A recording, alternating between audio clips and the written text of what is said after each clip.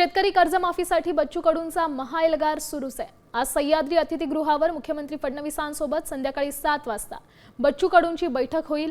बैठकीला बच्चू कडूंसह राजू शेट्टी, महादेव जानकर आणि अजित नवले हे सगळे उपस्थित राहतील।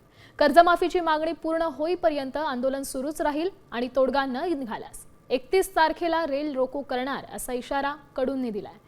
मुख्यमंत्र्यांसोबतच्या बैठकीत कर्जमाफीचा निर्णय झाल्यास आंदोलन थांबवणार असल्याची माहिती देखील कडूंनी दिली आहे।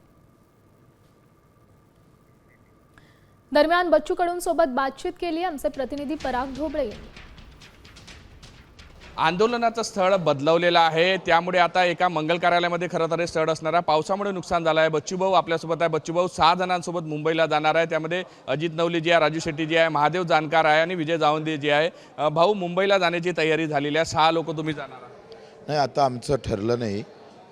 जे नवले आहे सगळे मिळून एकत्रित आम्ही कोण कोण गेलो पाहिजे बैठकीत, कोण कोण घेतलं पाहिजे हे सगळे मिळून ठरवून आम्ही जाऊ। आता त्याच्यासाठी आम्ही इथं आलो आहे आणि वाईटातून चांगलं होतं आणि चांगल्यातून वाईट होतं हे आम्हाला प्रत्यय आलेला आहे। जरी काही गोष्टी आमच्यासाठी वाईट झाल्या असेल पण काही चांगल्या झाल्या असं वाटतं आहे।